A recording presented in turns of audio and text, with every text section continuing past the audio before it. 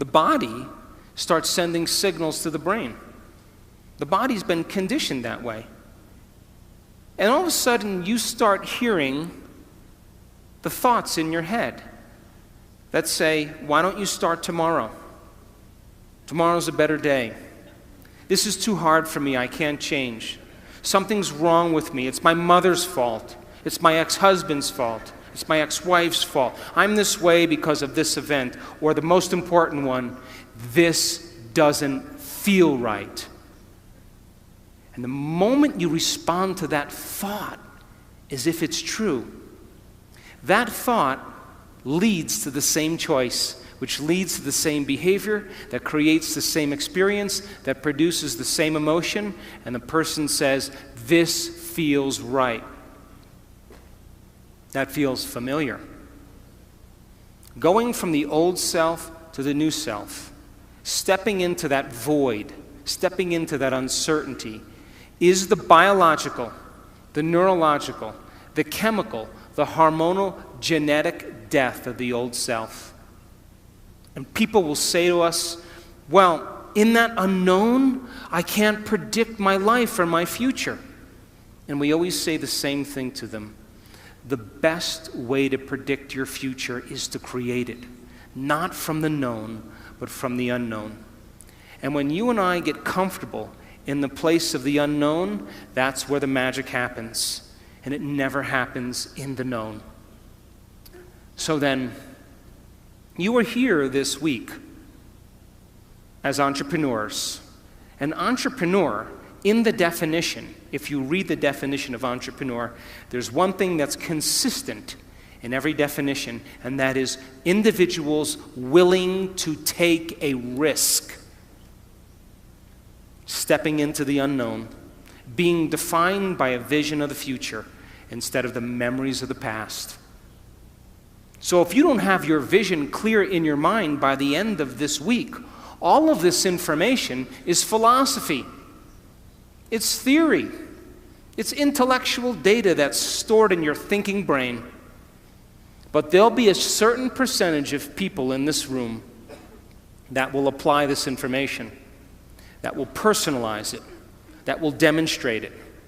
And those people who learn the information and store it in their brain and can repeat it, those people who start thinking about what they're going to do with it, as they begin to think about what they're going to do with it, they begin to install the neurological hardware in their brain, priming them to a new future.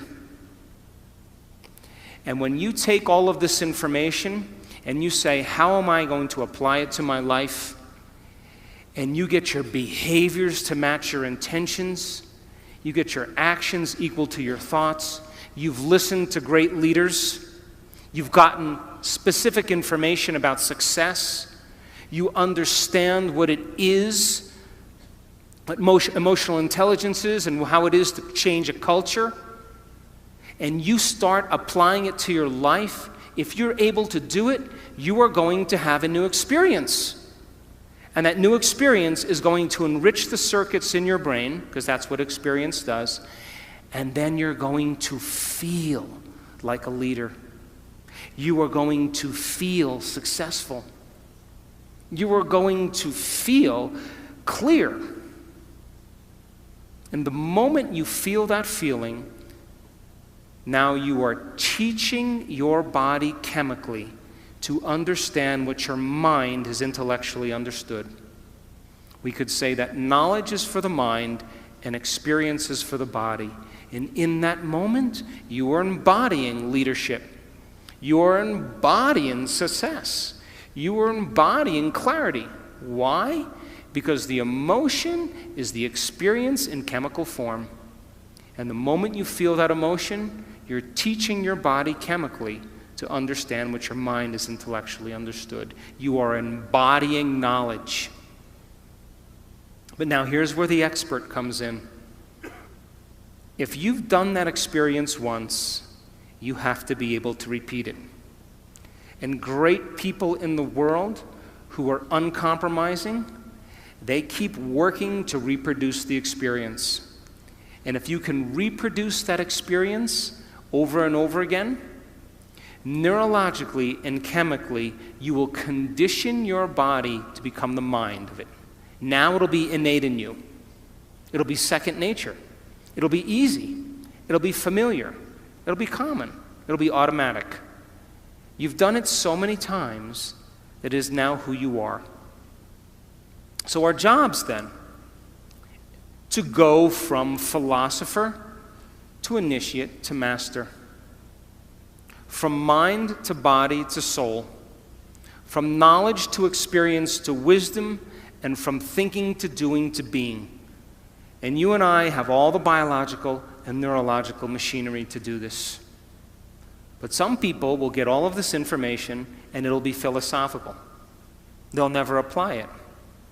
Those people who actually apply it and have the experience once will think that that's defining them. But people who really embody and make it innate in them, the true leaders of the world, it becomes who they are. They don't have to think about leadership. They are leadership. They don't have to think about success. They are success. It's become who they are. And so I want to show you some slides now to piece this all together so you begin to understand exactly what I'm talking about.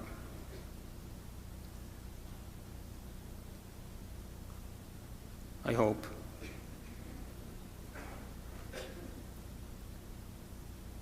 Here we go. So our research, and we've worked with many companies in the United States and in Mexico and in Europe. We've worked with Sony Entertainment, we've worked with Cisco, we've worked with Coca-Cola, we've worked with Pepsi, we've worked with a lot of different companies around the world. And we know that if you give people information, wow, this is a weird clicker, huh?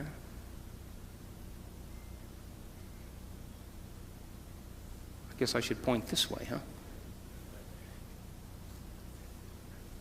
Can we go back to the last slide? Let's just have you do it, huh?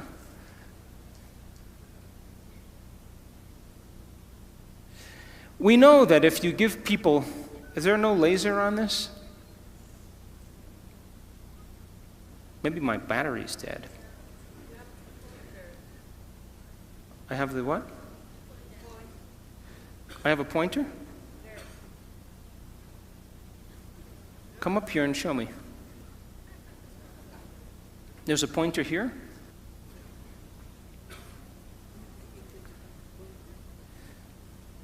Oh, this is where I have to point. Oh, I get it. If you give people sound information, and then they can repeat that information, they're wiring it in their brain. They're creating a new model of understanding. If you show them how to apply that information, if they do it properly, they will have some type of transformation. That transformation isn't something that causes people to feel bad or unworthy. It causes them to open their hearts. It causes them to feel joy, to feel gratitude. They feel differently. And if you're able to then create that elevated emotion and you teach people more information, they will continue to transform themselves, and that's called evolution.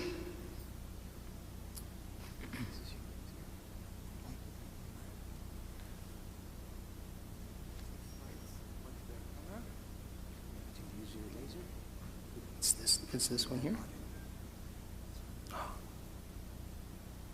Is it there?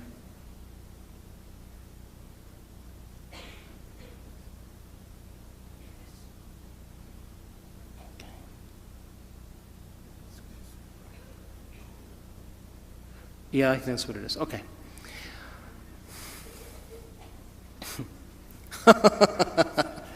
Oh, God. I'm pointing it at you. Oh, down there, way down there. Look, I'm pointing it down there. I'm hitting forward.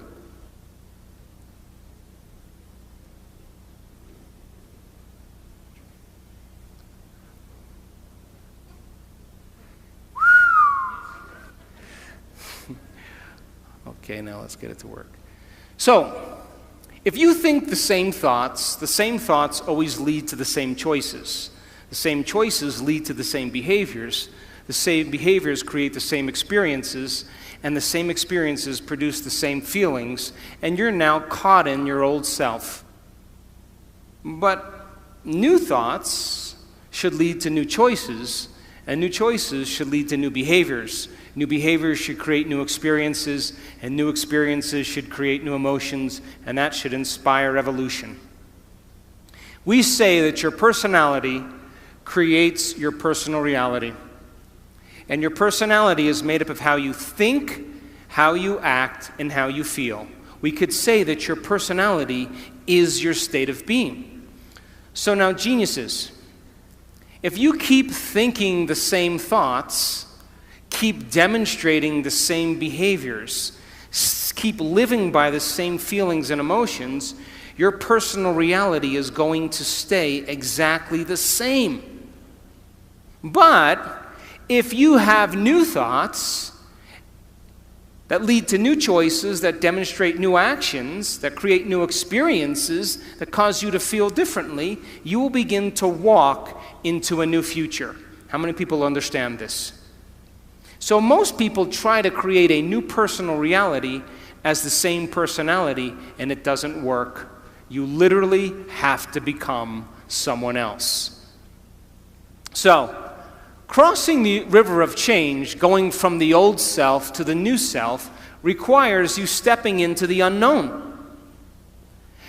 And if you are now in the unknown and you feel uncomfortable because you're leaving guilt behind, you leave unworthiness behind, you see, the biggest problem with most people is they want to create wealth, but they feel lack. They want a new life, but they feel unworthy. That's mind and body in opposition. And our research shows that you can teach people how to recondition their body to a new mind. And when that occurs, they begin to create very powerful things in their life. So now, let's talk about the neuroscience of culture, because there is a neuroscience to it. You have a brain that looks just like the person sitting next to you. And if I was to screw off the top of your heads and take out your brain and your partner's brain, someone sitting next to you, and I went like this, and I set them out, you probably wouldn't be able to tell them apart, because you share the same structure in your brain. And we call that universal traits, and we call it gross anatomy. Now, because you share the same brain as the person sitting next to you, you smile when you're happy, you frown when you're sad, you sleep at night, well, this is Mexico, you sleep kind of late at night and get up kind of late in the morning. Come on, I'm kidding.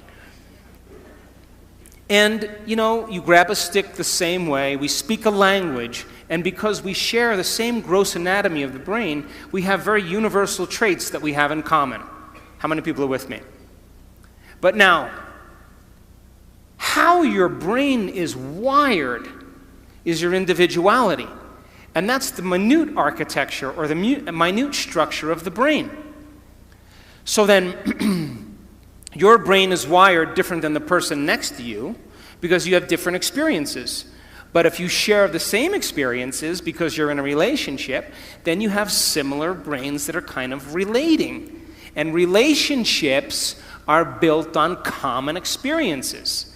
If we share the same experiences, we share the same emotions. And if we share the same emotions, we can relate with each other. So then, think about it like this. You have a hand. And because you have a hand, you have the same hand as the person next to you. There's only a certain amount of things you can do with your hand. But now, what makes you unique is your fingerprint. That gives you your individuality.